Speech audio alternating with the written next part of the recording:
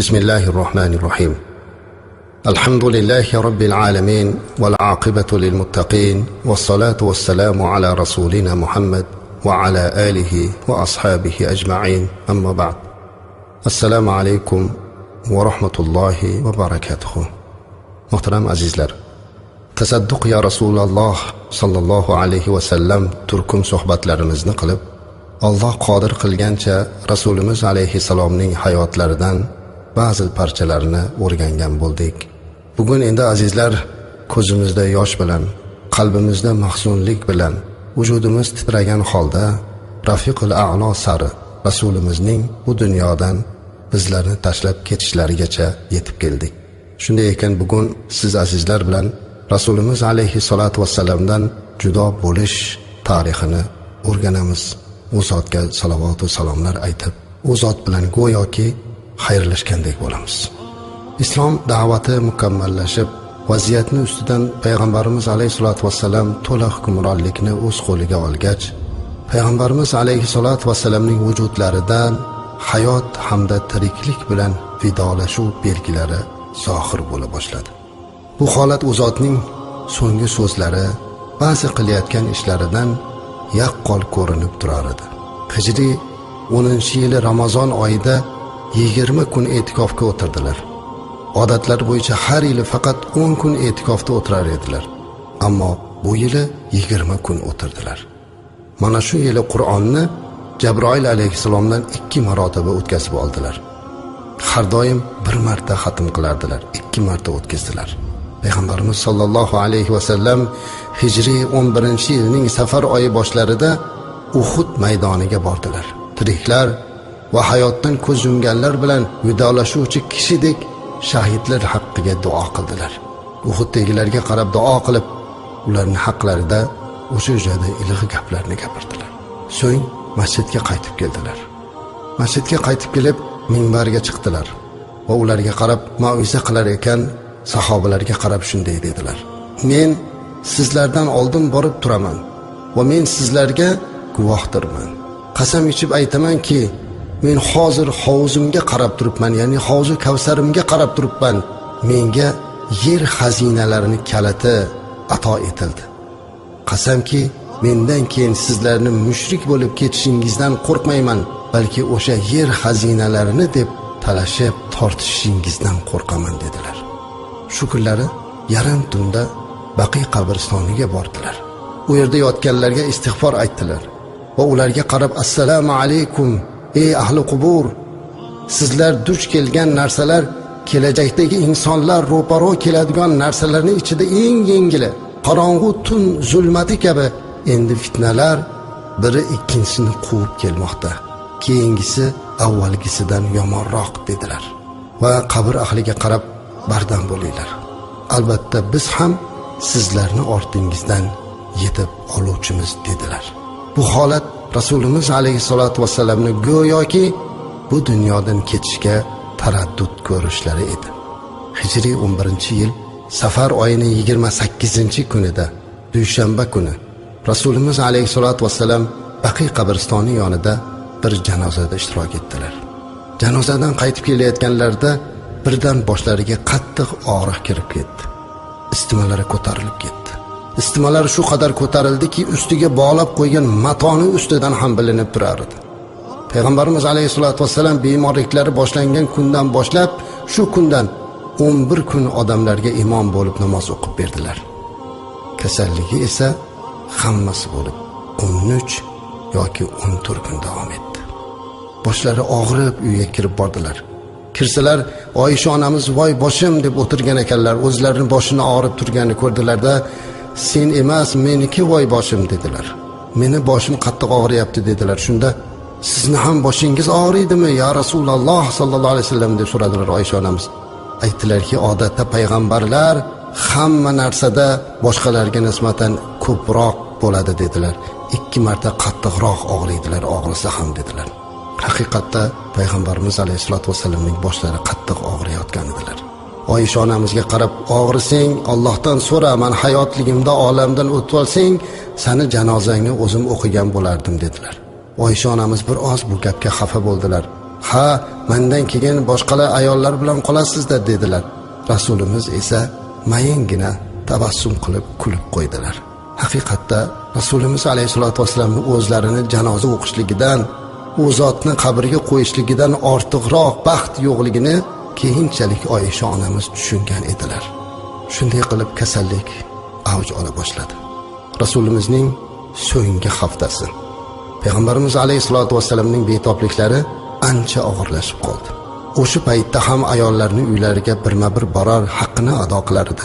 Maymuna onamizning uylariga kelganida qayta so'radilar. Kasallari ancha kuchayib ketganida onalarimizga qarab, ertaga kimni uyida bo'laman o'zi dedilar. Hadi bu gapni so'raganlardan keyin barcha onalarimiz birlashib, "Ya Rasululloh sallallohu alayhi vasallam, qaysi uyda turishni xohlasalar shu uyni ixtiyor qilsinlar" dedi. Payg'ambarimiz alayhisalom, "Unday bo'lsa meni Oysha oldiga olib borib qo'yinglar" dedilar. Payg'ambarimiz alayhisolatu vasallam umrining so'nggi kunlari suyukli ayollari Oysha onamizning uylarida o'tkazdilar. Maymuna onamizning uylaridan Fazl ibn Abbos radhiyallohu anhu va Ali ibn Abi Talib radhiyallohu anhuning yelkalariga osilgan holda bazur yurib Oysha onamizning uylariga bordilar. Sahobalar aytadilarki, Rasulimiz alayhisolatu vasallam Fadl bilan Hazrati Alining yelkasiga qo'llarini qo'yib ketayotganda oyoqlarini yurib emas, oyoqlari bilan go'yo yer chizib osilib Oysha onamizning uyiga kirib bordilar. Oysha onamizning oldilariga kirganlaridan keyin yotib qoldilar. Oysha onamiz to'xtamasdan Falaq va Nos surasini o'qir va Rasulimiz alayhisolatu vasallam o'rgatgan duolarni o'qib, go'yoki meni qo'limdan sizni qo'lingizni o'zi tabarruk deganlaridek Rasulimizning qo'llariga dam solar va bu bilan Rasulimizning tanalarini surkab qo'yardilar. Dunyodan o'tishlaridan 5 kun oldin, chorshanba kuni dardlari kuchaydi. Badanlardagi istima haroratini balandligi, og'riqni zo'ridan hatto Rasulimiz alayhisalom hushidan ketib qoldilar. O'zlariga kelgach, menga 7 ta quduqdan suv olib kelinglar dedi. 7 tadan 7 xil quduqdan nechta suv olib kelishni buyurdi. Nega bunday qildilar o'zlari bilardilar. 7 ta suvni olib keldilar va o'sha 7 ta suvni og'zini berkitgan olib kelgan holatida tog'ariga chiqib turdilar. Oysha onamiz ustidan quydilar. Payg'ambarimiz alayhisolatu vasallamning ustidan to'xtamay quydilar. Oxiri bo'ldi, bas degunga qadar quyib turdilar. U zotni bir tog'araga o'tkazib qo'yishdi. Shunda ustilariga quyib bo'lganlardan keyin Payg'ambarimiz alayhisalom bir oz yengil tortdilar. Yelkalarini bir choyshab bilan o'ragan va boshlariga yog'li mato bilan bog'langan latani bog'lab masjidga bordilar. Masjid tomon kirdilar, minbarga o'tdilar. Bu oxirgi marta minbarga o'tirishlari edilar. Sahobalarga qarab, "Yaqinroq kelinglar. Sizlarga aytib qo'yadigan gaplarim bor" dedilar. Hamma sahobalar duv etib Rasulimiz alayhisolatu vasallamning oldilariga keldilar. Ularga qarab, "Mening qabrimni ibodat qilinadigan butga aylantirib olmanglar" dedilar. Sahobalarning ko'ziga yosh kela boshladi. Payg'ambarimiz alayhisolatu vasallam ularga qarab vasiyat qildilar. Ajib so'zlarni gapirdilar. So'ngra sahobalarga qarab, "Endi azizlarim, kimni orqasiga men birortasiga darra urib qo'ygan bo'lsam, aziyat yetkazgan bo'lsam, mana orqamga urib olsin, qasosini olsin. Kimni haqoratlab obro'sini to'kkan bo'lsam, mana meni ham obro'yimni to'kib o'chini olsin. Kimdan dunyo qarzim bo'lsa, mendan qarzini olsin" dedilar. Sahobalardan bu gapni eshitganlardan keyin Payg'ambarimiz alayhisalom yana qaytarib aytdilarki, "Agar kimda meni haqqi bo'lsa, u haqni so'ragan odam sizlarning ichingizda eng yaxshi odam bo'ladi" dedilar. Bir sahoba o'rinlaridan turib, "Ya Rasululloh sollallohu alayhi vasallam, sizda meni 3 dirham haqqim bor" dedilar. Payg'ambarimiz alayhisalom, "Ey Fazl, tezda 3 dirham bering" dedilar.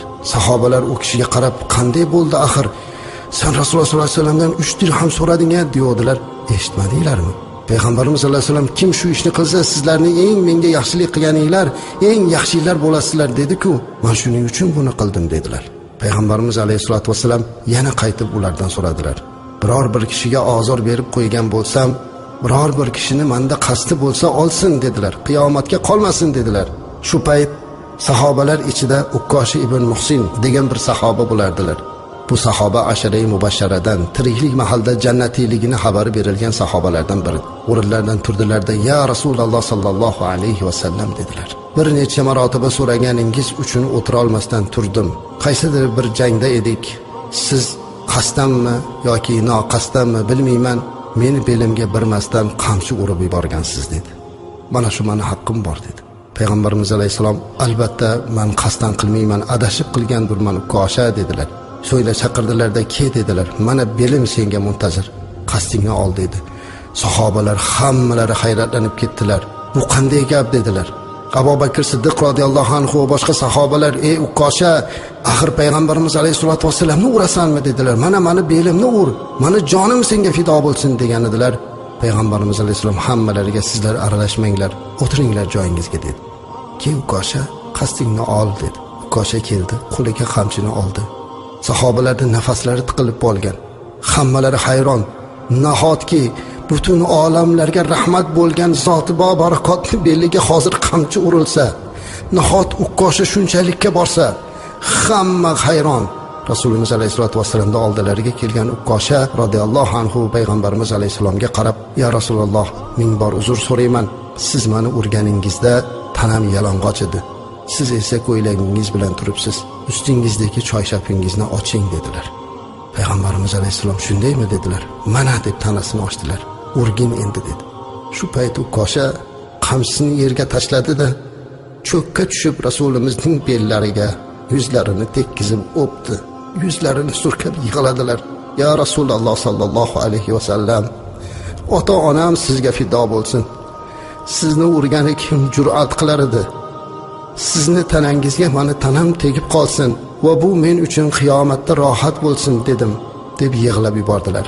Bu payg'ambarimiz alayhisolatu vasallam bilan eng oxirgi marta ko'rishishi, vidolashishi va oxirgi marta bu zotning muborak tanasiga uning yuzlarini tegishi edi. Sahobalarning ko'zlariga yosh keldi. Ukosha esa mana shu ishi bilan o'ziga yana bir karra jannatiy ekanligini nishonisini xulqi bilan ko'rsatdilar. Payg'ambarimiz alayhisolatu vasallam sahobalarga vasiyat qildilar. Ularga qarab, sizlarni ansonlarga yaxshilik qilishga buyurayman. Chunki ular mening eng yaqin va sirdosh kishilarimdir. Ular o'z zimmalaridagi vazifalarni to'kis ado etdilar. Endi oladigan mukofotlari qoldi. Shunday ekan, ulardan yaxshilik qiluvchilar tomon oshiqinglar, yomonlik qiluvchilarni kechiringlar dedilar. Yana bir rivoyatda payg'ambarimiz alayhisalom ularga qarab, odamlar ko'payadilar, ansoriylar esa kamayadi. Hatto taomning tuziga o'xshab kam bo'lib qoladilar. Kimki birovga foyda yoki zarar yetkaza oladigan vazifaga tayinlansa, ularning yaxshilar tomon oshiqsin va yomonlarini kechirsin dedilar. Keyin bir gap aytdilar. Sahobalarga qarab, Alloh bir bandasiga istagancha dunyo nozi ne'matlardan ato etdi, yoki uni olishlikni buyurdi, yoki o'zining huzuridagi narsasini, jannatni, o'zini diydorini, ixtiyorini berdi. Banda Allohning huzuridagi narsani tanladi dedilar. Abu Said Xudri radhiyallohu anhu aytadi, sahobalar shunda xursand bo'lib turganda Abu Bakr Siddiq yig'lab, "Ota-onam sizga fido bo'lsin ya Rasululloh" deb yubordilar. Sahobalar hayron bo'lib, "Nega unday deyapsiz ya Abu Bakr Siddiq" dedilar. Axir payg'ambarimiz alayhisolatu vasallam bir odamga istagancha dunyo nozi ne'matlardan ato etdi, yoki uni olishlikni buyurdi, yoki o'zining huzuridagi narsasini, jannatni, o'zini diydorini, ixtiyorini berdi. Banda Allohning huzuridagi narsani tanladi deyapti-ku deganlarda Abu Bakr Siddiq radhiyallohu anhu yig'lab turib, "Bu payg'ambarimiz alayhisolatu vasallamning o'zlari-ku" dedilar. Demak, Rasulimiz alayhisolatu vasallam bizni tashlab ketishlikni ixtiyor qilibdilar, tushunmayapsizlarmi dedilar. Bu esa payg'ambarimiz alayhisolatu vasallamning sahobalar ichida eng olimi ekanligidan nishona edi. Shuning uchun Rasulimiz alayhisolatu vasallam shundan so'ng sahobalarga qarab, "Albatta odamlar ichida menga Abu Bakrdan ko'ra hamrohlik qilishda va mol mulkini sarflashda marhamatliroq bo'lgan biror kishi yo'q" dedilar. "Agar men Robbimdan boshqasini halil, ya'ni yaqin do'st qilganimda edi, albatta Abu Bakrni halil qilgan bo'lar edim" dedilar. Lekin islomdagi birodarlik va mehr muhabbat afzaldir. Ushbu masjidga tutash barcha eshiklar berkitilib yuborilsin, magaram Abu Bakrning eshigigina ochiq qolsin, chunki men uning eshigidan nur chiqib turganini ko'ryapman dedilar. 4-kun, ya'ni Rasulimiz alayhisolatu vasallamning vafotlaridan 4 kun oldin, payshanba kuni edi. Dardlari yana og'irlashib qoldi. Shu holda bo'lsalar ham, "Kelinglar, men sizlarga bir narsalarni yozib beraman. Shundan so'ng sizlar aslo adashmaysizlar dedi. Bu zotning huzurlarida bir nechta kishilar, jumladan Umar ibn al-Hattob radhiyallohu anhu ham bordilar. Hazrat Umar payg'ambarimiz alayhisolatu vasallamning dardlari zo'raydi, xat yozish u zotga og'irlik qiladi dedilar. U zotga qarab, bizda Allohning kitobi bor, shuning o'zi kifoya qiladi dedilar. Shunda uydagi turganlar tortishib qoldi. Ba'zi birlari qog'oz olib kelamiz dedilar, ba'zi birlar qog'oz keltirmaylik dedilar. Hazrat Umar tomon bo'lganlar bo'ldi. Payg'ambarimiz alayhisalom bu ixtilofdan xafa bo'ldilar-da, ularni hujrini tark qilishlarini so'radilar. Chunki payg'ambarimiz alayhisalomning eng yomon ko'rgan narsalari ixtilof qilishlik edi. Shu kuni payg'ambarimiz alayhisolatu vasallamning dardlari og'ir bo'lishiga qaramay, to shu kun, ya'ni vafot etishlaridan 4 kun oldin payshanba kunigacha barcha namozlarni o'zlari imom bo'lib o'qib berdilar. O'sha kuni shom namozini ham o'zlari o'qib berib, unda Zam suraga Mursalot surasini qiroat qilib berdilar. Ammo xufton paytiga borib dardlari zo'rayib ketdi. Masjidga ham chiqa olmadilar. Oysha onamizga qarab, payg'ambarimiz alayhisolatu vasallam, odamlar namozni o'qidilarmi Oysha dedilar. Oysha onamiz, yo'q ya Rasululloh, ular sizni kutishmoqda dedilar.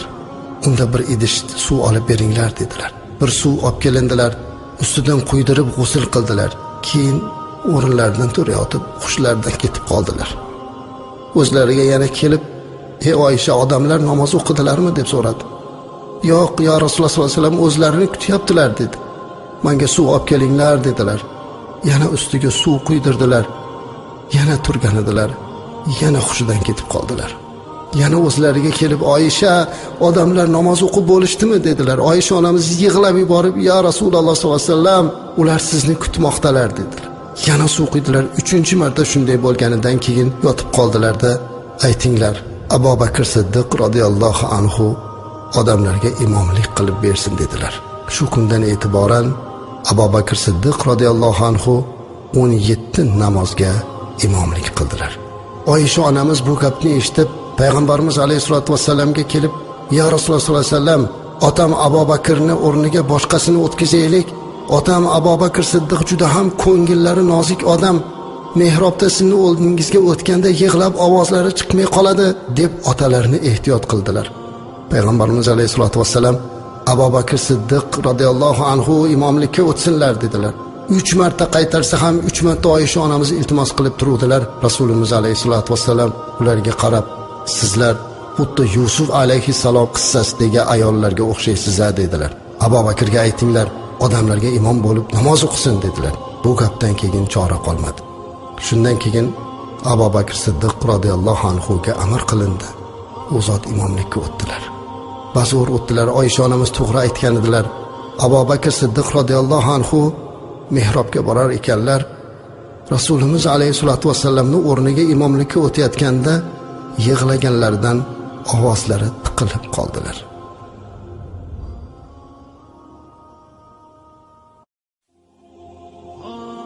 Vafotlaridan 3 kun oldin payg'ambarimiz alayhisolatu vasallam sahobalarga, azizlariga ba'zi vasiyatlarni qilar ekan, ularga qarab, "Ogoh bo'linglar, har biringiz Allohga yaxshi gumon qilgan holda vafot etinglar" degan gaplarni gapirdilar. Vafotlaridan 2 kun oldin, shanba kuni payg'ambarimiz alayhisolatu vasallam biroz o'zlariga keldilar va 2 kishining yordami bilan peshin namoziga chiqdilar. Bu payt Abu Bakr Siddiq radhiyallohu anhu sahobalarga imom bo'lib namoz o'qiyotgan edi. Ular Rasulimiz alayhisolatu vasallamni ko'rib ortga chekinmoqchi bo'lganida, Rasulimiz alayhisalom "O'rningda tur" deb qo'llar bilan mundoq ishora qilib qo'ydilar. "Meni uni yoniga o'tkazinglar" dedilar. U zotni Abu Bakr Siddiq radhiyallohu anhu ni chap tomoniga o'tkazdilar va payg'ambarimiz alayhisolatu vasallam namoz o'qiy boshladilar. Abu Bakr radhiyallohu anhu iqtido qilib odamlarga u zotni takbirlarini eshittirib turdilar. Vafotlaridan 1 kun oldin, yakshanba kuni Rasulimiz alayhisolatu vasallam o'zining qullarini ozod qildilar. Oysha onamizga chaqirib, "Bisotimizda qancha pul bor?" dedilar. 6 yoki 7 dinor pullarimiz bor dedilar. "Musulmonlarga sadaqa qiling" dedilar. "Uydagi hamma narsalarni hadya qiling" dedilar. O'sha kuni tunda payg'ambarimiz alayhisolatu vasallam Oysha onamizga fonusga quygani yog'i yo'qligidan bir ayolnikidan ozroq chirog'imizga yog' quyib berib tursin deb so'rashlikni buyurdilar. O'sha kuni Rasulimiz alayhisolatu vasallam oilalarini ovqat bilan ta'minlab turishlik uchun bir yahudiyga 30 so arpa evaziga o'zlarini sovutlarini garovga bergan edilar. Dushanba kuni odamlar bomdod namozda turgan edilar. Abu Bakr Siddiq radhiyallohu anhu imom bo'lib namoz o'qiyotgan edi. Shu payt payg'ambarimiz alayhisolatu vassalam Oysha onamizning hujrasidagi pardani ochib qaradilar. Sahobalar saf tortib turibdilar. Rasulimiz alayhisolatu vassalam bazo'r hujra oldiga kelib pardani ochib shundoq qaradilar. Sahobalarni saf tortib namoz o'qib turganini ko'rib, ularga qarab tabassum qildilar, jilmaydilar. Go'yoki ular bilan xayrlashdilar. Payg'ambarimiz alayhisolatu vassalamdan chiqqan nur, u zotning muborak muattar hidlari, u zotning tabassumini musulmonlar hammalari sezib turdilar. Hatto ba'zi birlari namozlarini buzib yuborib Rasulimiz alayhisolatu vassalamning namozga chiqmoqchi bo'lishliklarini xohladilar. Lekin Rasulimiz alayhisalom ularga namozinglarni davom ettiringlar deb ishora qildilar. Pardani tushirdilar. Azizlar, bu parda sahobalar bilan xayrlashish pardasi edi. Eng oxirgi marta qaralgan nigoh edi. Eng oxirgi marta sahobalarga tushgan nur edi. Pardani yopdilar-da, uylariga kirib ketdilar. Shundan so'ng payg'ambarimiz alayhisalom keyingi namoz vaqtiga yetmadilar. Choshgoh vaqti edi. Payg'ambarimiz alayhisolatu vasallam Fatima onamizni chaqirtirdilar. Uni quloqiga bir nimalar degan edilar. Fatima onamiz yig'lab yubordilar. Keyin yana chaqirib quloqlariga yana bir narsa degan edilar. Bu safar u zot xursand bo'lib ketdilar. Oysha onamiz aytadilarki, biz keyinchalik Fatima radhiyallohu anhodan nega shunday bo'lgan edi deb so'raganimizda, u zot va barakat menga kelib kasalligi sabab vafot etishlarini aytganda men yig'ladim. Keyin quloqimga, qizim yig'lamagin. Ahli oilalarim ichida birinchi bo'lib men sen bilan ko'rishaman deganlardan keyin xursand bo'lib kuldim dedilar. Payg'ambarimiz alayhisolatu vasallam Fatima onamizga butun olam ayollarining sayyidasi ekanidagi xush xabarni ham aytdilar. Fatima radhiyallohu anha Rasulimiz alayhisolatu vasallam boshlaridan o'tkazayotgan dardning qattiqligini ko'rib yig'lab yubordilar. Otajon, dard alamlarda qoldingiz, og'riyapsizmi dedilar. Alam tortyapsizmi dedilar. Payg'ambarimiz alayhisalom, qizim, bugundan keyin otangga bunday dard tortishlar bo'lmaydi dedilar. So'ngra Fatima onamizga iltimos qilib, nabiralari Hasan va Husaynni chaqirtirib keldilar. Ularni bag'rilariga bosib o'pdilar. Ularga asta vasiyat qildilar. Doimo yaxshilik qilishlikka buyurdilar. Boshqa ayollarni ham chaqirdilar. Ularga pand va nasihat qildilar. Ular bilan xayrlashdilar. Og'riq tobora kuchayib borardi. Payg'ambarimiz alayhisolatu vasallam Haybarda ovqatga qo'shilgan zaharni yegan ta'sirini sezib turardilar. Hatto u zot, ey Oysha, Haybarda yegan taomga qo'shilgan zahar alamini hozirgacha tortyapman-da deb qo'yardilar. Yuzlariga yo'l-yo'l yopinchiqlarini tashlab olgan edilar. Nafaslari bo'g'ilib ketsa, yuzlarini ochar va mana shu holda turib ham oxirgi so'zlari va vasiyatlarini bayon etardilar. Odamlarga aytinglar, namozga ehtiyot bo'lsinlar, namozni mahkam bo'lsinlar, qo'l ostidagilarga rioya qilsinlar deb vasiyat qilardilar. Shu payt payg'ambarimiz alayhisolatu vasallam endi o'zlari bilan o'zlari ovora bo'lib qoldilar. Oysha onamiz u zotning boshlarini quchog'iga oldi. Oysha onamiz aytadilarki, Allohning menga ato etgan in'omi bu Rasululloh sallallohu alayhi vasallamning mening uyimda, mening kunimda va mening bag'rimda jon berganlaridir dedilar. Payg'ambarimiz alayhisolatu vasallam o'sha holatda yotganlarida Abdurrahmon, ya'ni Abu Bakr Siddiq radhiyallohu anhu o'g'illari kirdilar. Uning qo'lida misvak bor edi. Payg'ambarimiz alayhisalom misvakka qarab turganlarini ko'rib Oysha onamiz, "Ya Rasululloh, misvak qilasizmi?" dedilar. Rasululloh boshlari bilan ha deb ishora qildilar. Misvakni olib beruvdilar, qattiq ekan. Rasulimiz alayhisolatu vasallamda misvakka bo'lgan ishqlarini ko'rgan Oysha onamiz, "Tishimda yumshatib beraymi?" dedilar. "Ha" dedilar. Oysha onamiz misvaklarini olib og'izlarida yumshatib berdilar. Va oxirgi marta Oysha onamizning so'laklari bilan Rasulimiz alayhisolatu vasallamning so'laklari qo'shilib ketgan edi. Payg'ambarimiz alayhisolatu vasallam shu holatda yotarkan, "La ilaha illalloh, albatta o'limning talvasasi bor, o'limning sakaroti bor" deb qo'yardilar. Misvak qilganlardan so'ng qo'llari yoki barmoqlarini ko'tarar, ko'zlarini shiftga qaratar va lablari qimirlay boshlardilar. Shu holatda ham Oysha onamizga vasiyat qilardilar. Bismillahirrohmanirrohim. Rasulimiz alayhissalatu vassalamning bu dunyodan ketishlari ummatning yetim qilish holatlariga ham yetib keldik. Azizlar, shaxsan men uchun qancha mauizalar, qancha xutbalar qilgan bo'lsam-da, eng og'ir xutba, eng og'ir mauiza Rasulimiz alayhissalatu vassalamning jon berishlarini aytish. Mana shu holatni ifoda qilar ekanmiz.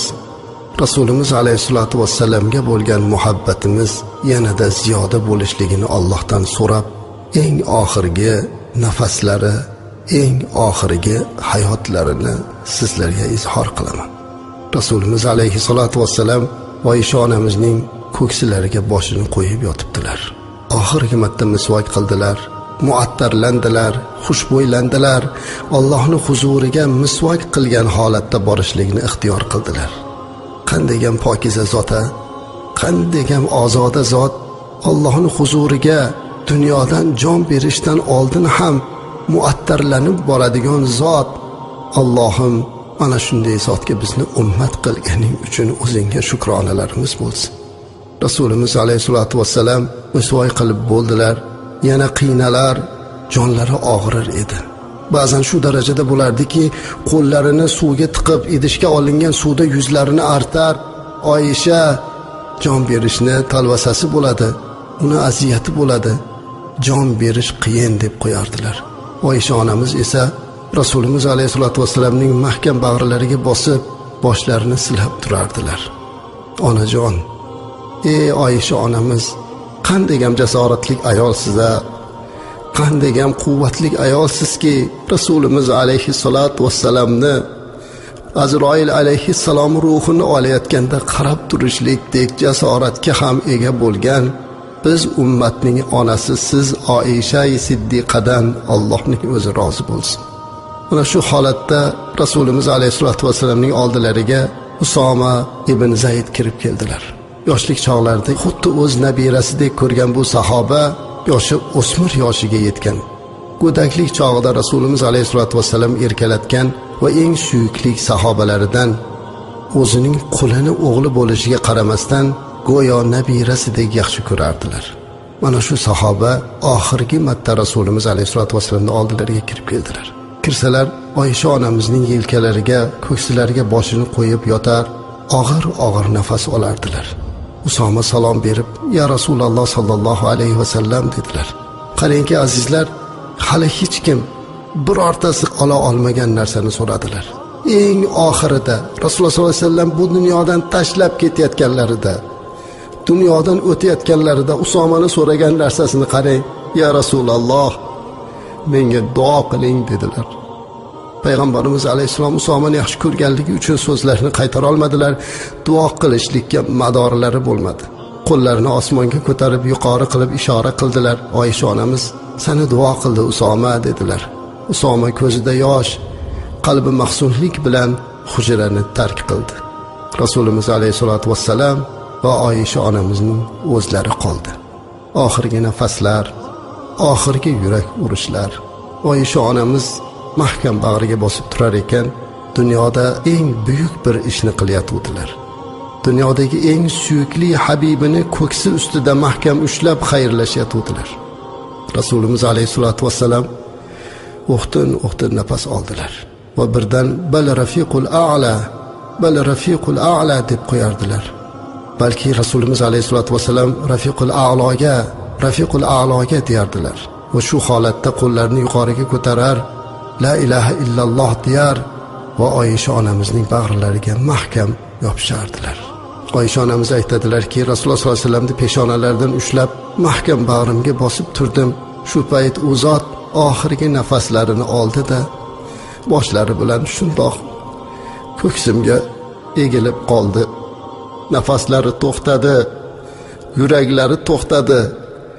"Men nima qilishni bilmay qoldim" dedilar. Rasululloh sallallohu alayhi vasallam vafot etdilar. Asta boshlarini yerga qo'ydim. U zotning og'izlaridan muborak so'laklari meni tanamga ham tekkan ekan. U zotdan chiqayotgan muattar hid shundoq yotkizdim dedilar. Ayol ekanman, o'zimni boshqara olmay qoldim. Zero musibat yetganda o'zinglarni qo'lga olinglar deb o'rgatgan bo'lsalar ham yuzimni shapatalashimga to'g'ri keldi. Yuzlarimga urib yig'ladim. Ya Rasululloh sallallohu alayhi vasallam, ketdingizmi? Vafot qildingizmi deb yig'ladim. U zotning yig'laganlarini eshitib tashqarida poylab turgan sahobalar qo'rqib ketdilar. Birdan Madina masjidida to'lib turgan sahobalarning hammalari bildiki, Oysha onamiz yig'laganlaridan ular dunyodagi eng og'ir musibatga uchrabdilar. Birdan ovoz chiqib ketdi. Azizlar, Madina yig'iga to'ldi. Madina qorong'u zulmatga botib ketdi. Bir paytlar Rasulimiz alayhisolatu vasallamdan judo bo'lganda oddiygina bir yog'ochdan bo'lgan minbar yig'lagan bo'lsa, endi insonlar qanday yig'lamasin? Odamlar yig'ladilar. Osmon zulmat ichida. Anas radhiyallohu anhu aytadilarki, Rasulimiz alayhisolam Madinaga kelganda insonlarning xursand bo'lganidaqa xursandchiligini ko'rmagan bo'lsam, olamdan o'tganlaridagi qayg'usini ham boshqa ko'rmaganman dedilar. Eng qayg'uli kun shu kun bo'lgan.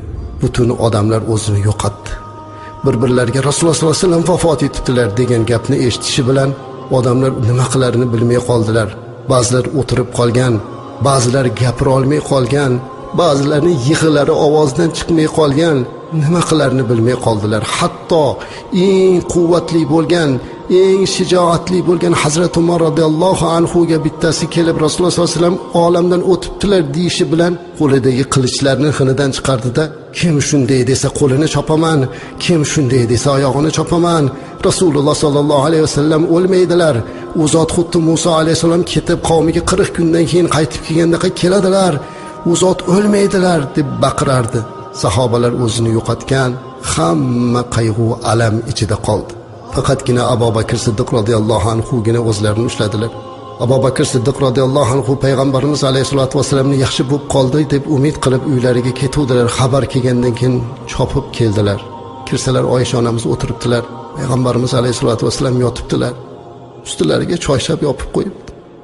Bir paytlar Abu Bakr Siddiq radhiyallohu anhu kirganda shu yerda ey Abu Bakr deb kutib olgan, tabassumla gaplashgan, kelganlarda suhbat qilgan zot ustilarida choyshab yopiliq turibdi ya. Abu Bakr Siddiq basur oldilariga keldi. Yuzlarini shunda ochdi. Peshonalaridan o'pdi. Yuzlaridan o'pib turib, yig'lab turib aytdilarki, "Ya Rasululloh sallallohu alayhi vasallam, anta tibta hayyan va mayyitan" dedilar. "Ya Rasululloh sallallohu alayhi vasallam, siz hayotligingizda ham shunday go'zal edingiz, mayitligingiz ham go'zal" dedilar. Peshonalaridan o'pdilar, yuzlaridan o'pdilar, soqollarini siladilar, vidolashdilar, ko'zlaridan yosh oqizib, o'pib yana ustiga choyshapini yopib qo'ydilar. Tashqariga chiqdilar. Umar radhiyallohu anhu to'xtamasdan yana baqirardi. Oldilariga keldilarda, "To'xtang ey Umar, baqirmang" dedilar. Baqiraverdilar. Kim Rasulullohni o'ldi desa chopaman deb turibdilar. Birdan Abu Bakr Siddiq radhiyallohu anhu odamlarni chaqirdilar. "Ey odamlar, ya Yuhannas bu yoqqa kelinglar" dedi. Hamma keldi. Agar Abu Bakr Siddiq radhiyallohu anhu shunda jasorat ko'rsatmaganlarda, shunda o'zlarini ushlamaganlarda ummat holi nima bo'lardikin bilmaymiz. Ularga qarab aytdilarki, "Ey odamlar, kim Muhammad sallallohu alayhi vasallamga ibodat qilayotgan bo'lsa, u zot olamdan o'tdilar. Ammo kim Allohga ibodat qilayotgan bo'lsa, u Alloh hamisha tirikdir" dedi. Mana bu gapdan keyin odamlar o'ziga keldi. Qur'on oyatlaridan Rasulimiz alayhisolatu vasallam va butun bashariyatni olamdan o'tishligi haqidagi xabarlardagi oyatlarni o'qib, Hazrat Umar radhiyallohu anhu da tishlantirdilar. Hazrat Umar radhiyallohu anhu shu gaplardan keyin qo'lidagi qilichini yerga tashladi. Yerga o'tirib oyog'ini boshqara olmay o'tirib qoldi. Voz tortib yig'lab yubordi. Hamma yig'ladi. Qanday ham yig'lamasin azizlar, axir Rasululloh sallallohu alayhi vasallam olamdan o'tdilar. So'ng Abu Bakr Siddiq radhiyallohu anhu va barcha sahobalar, eng mashhurlari, kattalari Rasulimiz alayhisolatu vasallamning hujralariga kirdilar. Ko'zlarida yosh, qalblari mahzunlik bilan kirdilar. Boshlari qotib qoldilar. Nima qilamiz? Qanday yuvamiz? Qanday kafanlaymiz? Axir Rasululloh bu haqida bizga aytmaganlar, aytilmagan narsa haqida ilmimiz yo'q. Nima qilamiz deb turdilar. Abu Bakr Siddiq radhiyallohu anhu aytdilarki, "Men eshitganman, Rasululloh sollallohu alayhi vasallam aytganlar, qaysi payg'ambarni joni qayerda olinsa shu yerga dafn qilinadi. Mana shu joyga dafn qilamiz" dedilar. Ammo yuvishlikchi, qanday g'usl qildiramiz? Nahot Rasululloh sollallohu kiyimlarini yechamizmi dedilar. Nima qilamiz? Hammalari o'tirib o'ylanib turuvdi. Ibn Kasirni Al-Hidaya val Bidaya kitobida berishicha, ularni bunday mayin bir uyqu olib qoldida. Shundoq uxlab qolishdi. Birdan ovoz keldi. Rasulimiz alayhisolatu vasallamni kiyimlarini yechmasdan g'usl qildirilsin degan ovoz keldi. O'zlariga keldilarda, bu Alloh haq azza va jallaning amri ekanligini bilib hammalari yig'ladilar va Rasulimiz alayhisolatu vasallamni kiyimlarini yechmasdan g'usl qiladigan bo'ldilar. Amakilari Abbos radhiyallohu anhu ikki o'g'illari bilan Rasulimizning muborak jasadlarini ko'tarib, u yoqdan bu yoqqa almashtirib turdilar. O'sha holatda Hazrati Ali radhiyallohu anhu yuvib turdilar. Payg'ambarimiz alayhisolatu vasallamning Shukron degan qullari va Usoma ikkalalari suv quyib turdilar. Hazrati Ali esa qo'llari bilan yuvdilar.